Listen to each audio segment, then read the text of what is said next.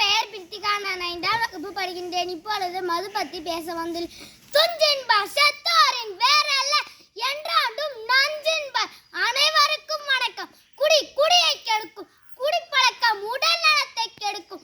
மது நாட்டுக்கு வீட்டுக்கு உயிருக்கு கேடில்லை. மது வீட்டுக்கு உயிருக்கு மட்டும் கேடு. நாட்டுக்கு நல்லது. வீரத்தமிழனார் சரித்திரத்தில் இடம் பிடிப்பது அந்த காலம். குடிகார தமிழனார் சாராய கடையில் இடம் பிடிப்பதை இந்த காலம். ஜல்லிக்கட்டு காலம் இரண்டு ஓடுவது அந்த காலம். மனைவியும் குழந்தைகளும் இரண்டு ஒதுங்குவது இந்த காலம். அப்பாவா மேலை மாலையில் வந்ததுடன் ஓடி சென்று கொளுத்து கட்டி அணைப்பது அந்த காலம்.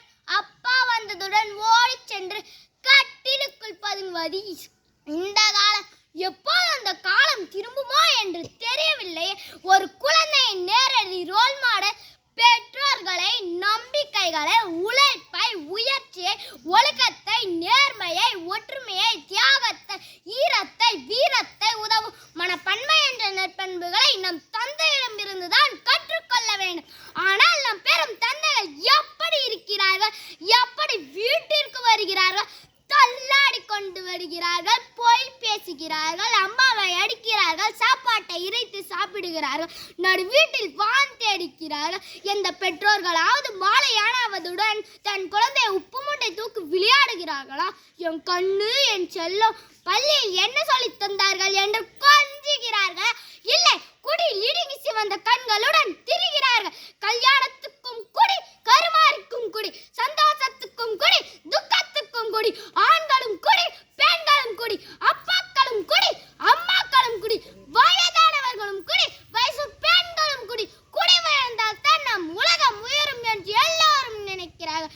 நம் நாட்டில் மது கட்டுப்பாடு இல்லாமல் ஆறாக ஓடுகிறது.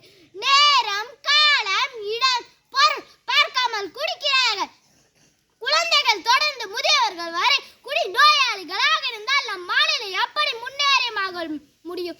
அப்போதெல்லாம் கோயில்களிலும் பேருந்து நிலையங்களில் தான் பிச்சைக்காரர்கள் பார்க்க முடியும். ஆனால் இன்று தமிழகத்தில் உள்ள அனைத்து மதுக்கடை வாசலிலும் சில பிச்சைக்காரர்கள் இருக்கிறார்கள்.